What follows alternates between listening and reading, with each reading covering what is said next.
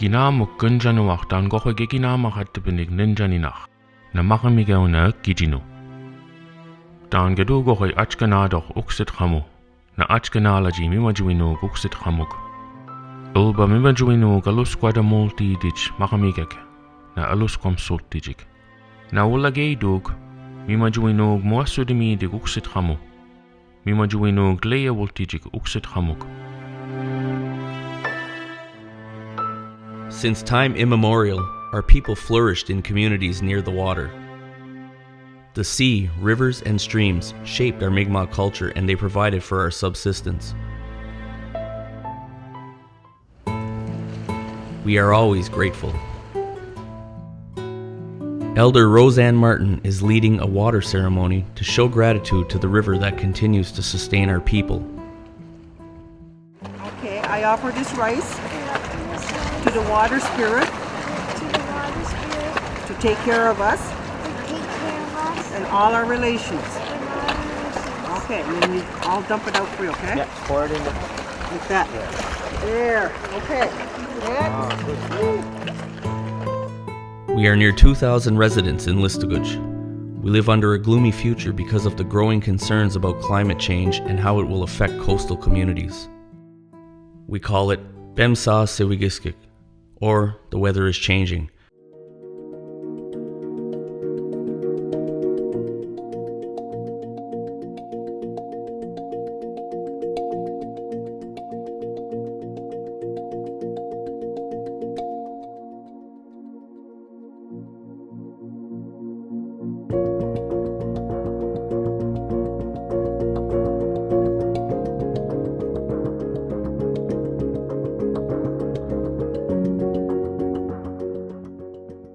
We see the news from around the world about sea level rising, droughts, melting glaciers, rising temperatures, and fires. So the climate is changing faster than our efforts to address it. The time to answer humankind's greatest challenge is now. We have abundant evidence that we're changing our climate. Climate change is one of the defining threats of our times. Climate change is a defining issue of our age.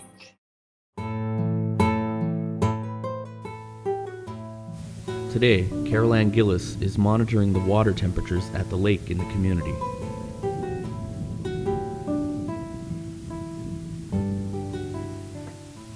So we're going to do a temperature profile of the lake. So we'll measure how these types of lake respond to climate change compared to deeper lakes. So we'll come back in a few weeks and do the same thing. So we chose Gospem Lake as a sentinel lake as part of a baseline monitoring to see how different types of lake react to climate change over time. We're seeing in North America there's forest fires in Alberta and BC, in Northern Ontario, in Quebec as well. So by 2050 we are going to see more impact of climate change in this area. If it's heat waves, if it's drought conditions, even flooding conditions. Close to home we are seeing impacts of climate change more and more. Eel River Bar in 2010 had a massive storm surge and there was a lot of homes that were flooded. So there's things that are recurring and we're seeing over time. Our work is focused on aquatic research. The scientific data and traditional knowledge we collect is shared with our three communities. So this is data that Craig Lloyd went out and did GPS coordinates of the people that said that they had experienced flooding in the last decade. Yeah. And so we've mapped those occurrences on this map with the red dots. Mm-hmm. You can see they're pretty much on different streets.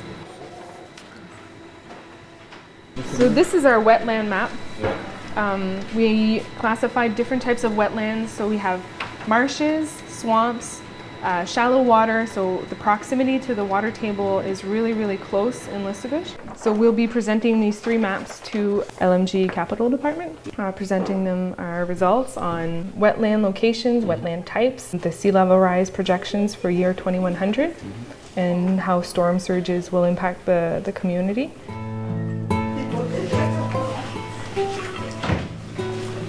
Now we're hearing a lot of initiatives out there about climate change.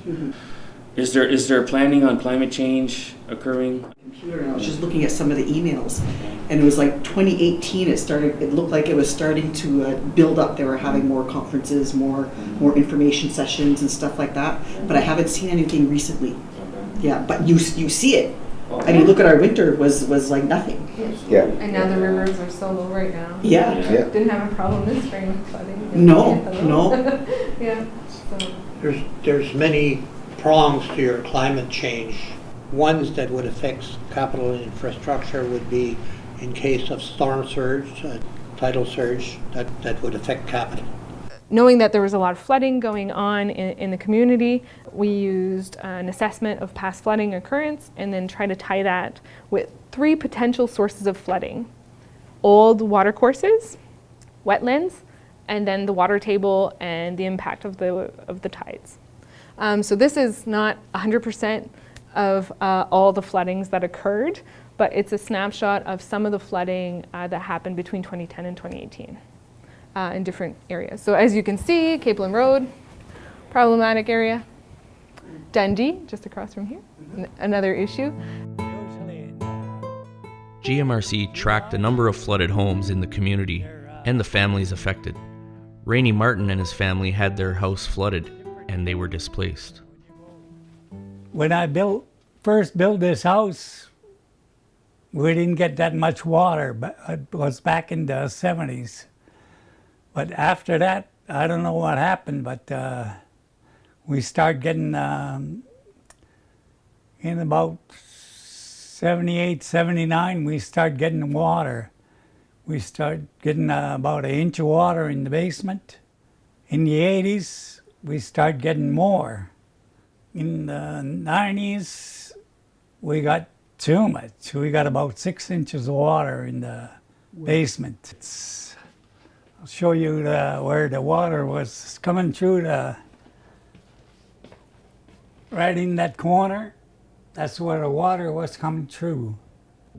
They raised the house almost 12 feet high. I said, I'm gonna try to stick around and try to help the people working at the house. So I stayed at my house for 2 weeks and I got a cold.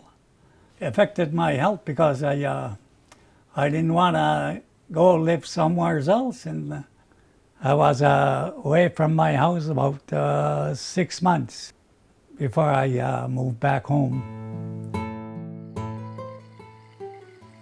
That time was 15 houses were fixed. Everybody had to live in a motel there, or their in-laws. It's a climate change, you know. It's too hot and rain and climate change. It's going to be tough for our grandkids and that, yeah. And that's about it. Why yeah. That happened. Next slide. So we use mapping tools, a lot of either aerial photography or satellite imagery available to us. So we can go out and map potential wetlands. So this area you'll know quite well around the tracks, very high, diverse, very wetland area. Impacts to flows in this area will have long-lasting impacts on biodiversity. So these are the types of marshes, the wetlands that we've found throughout the community and the survey area. Most of them are swamps. We were strategically put in when we got colonized, and they gave us reservations. They always put us in the worst area throughout the whole, throughout Canada. The unproductive for agriculture, unproductive for sanitary living conditions.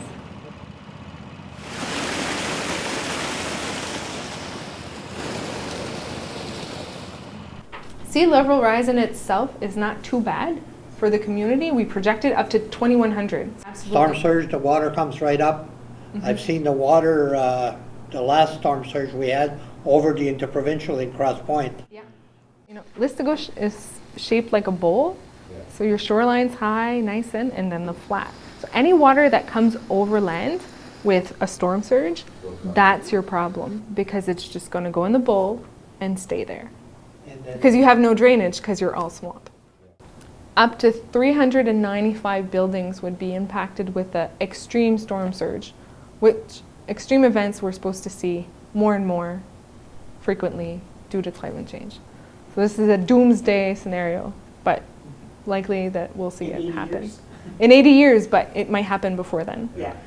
It's almost all this forecasting, it's like, how can we plan now for the worst case scenario so in the next sequence of generations of directors or employees that we're not caught with the same issues in 40 years. Emergency management team about, because that's a lot of discussions is with that group. Yeah. So reach out to Colleen and maybe make a presentation. I thought it was very informative, very constructive, and I really appreciate the GMRC team to reach out to our department and realize that the work, everything that we're doing, and providing their knowledge on the impacts. People of all nations are calling for action at international gatherings about global warming.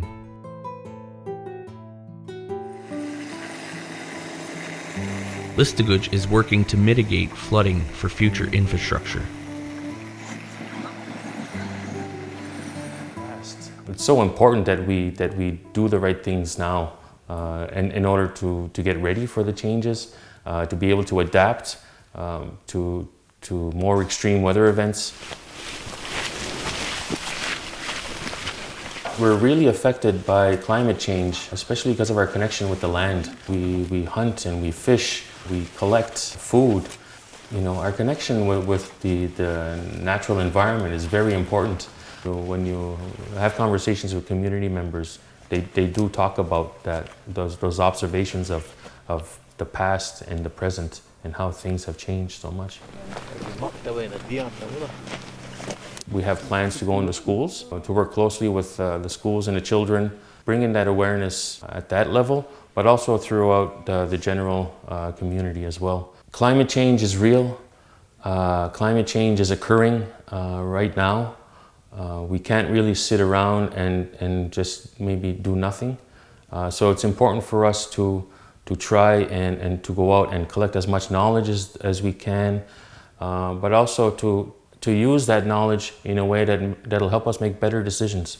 And really trying to get that information, the best of both worlds, looking at indigenous knowledge, looking at Western traditional science, and having those two perspectives when we make decisions in regards to how we treat the world.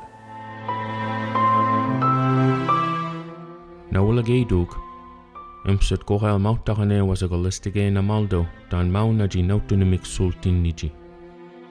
Dan Gedugohi Achkanadoch Uxit Hamu, Na Achkanalaji Gunjaninach Uxit Hamuk. Mimajuino Mugisidugo Mestagisidahan, Kinu Basignaute Epkesigen, Na Mestagisidahaniktuk. Kinu Dan Gedur Lodumug Mestagisidahan, Na Ginu Deleya Sultiuk.